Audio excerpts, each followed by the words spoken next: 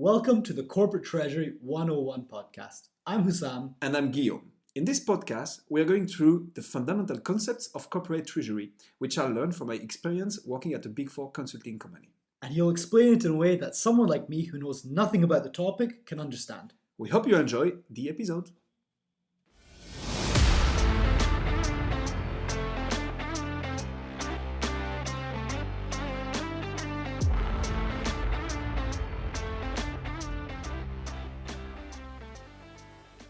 So, Guillaume, you've taken us through what is hedging and why we do it, right? You've given us some very nice examples of how you apply it to FX risk, Yeah. right? So we talked about derivatives such as forwards and options. Yeah. Why you would pick one over the other is largely linked to your risk appetite, which seems to be the name of the game when it comes to hedging. Exactly. So super interesting. Tell us about the other one, the other financial risk, which is the interest rates, and how do you manage that risk with hedging? Yeah, let's get to it. So, interest rates implies many things. Let's focus only on the corporate treasury aspect of it, right? So, corporate companies, in order to ensure the continuity of their business, sometimes have to contract loans or get money out of a third party because they haven't made the sales yet or they do not have the cash available. That goes back to the liquidity aspect of it that we talked about in another episode. So corporates can have loans or bonds which are interest-bearing assets. Okay, I don't understand. Explain more. Okay, fair enough. So those corporates sometimes need a certain amount of cash, right, to pay things. They need money that they don't have yet from their sales. So they need to borrow it. Here comes the third party who will lend them money against a fee, against an interest. Let's take a very basic example.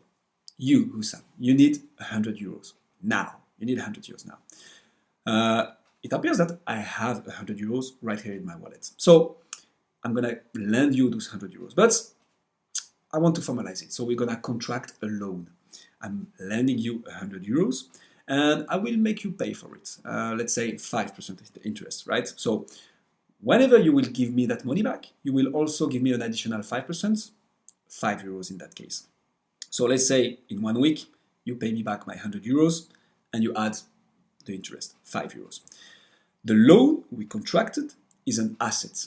You paid interest on it. So we call this an interest-bearing asset.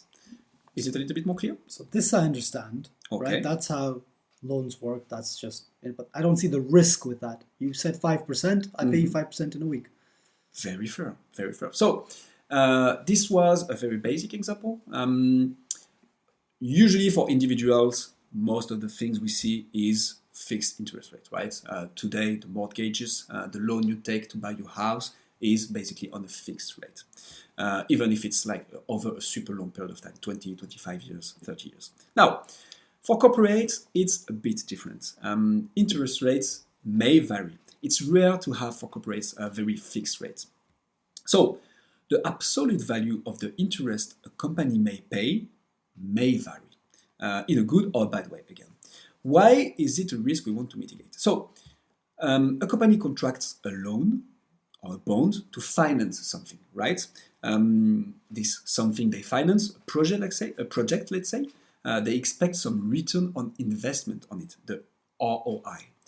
So the project is funded only if the return on investment is considered sufficient, high enough.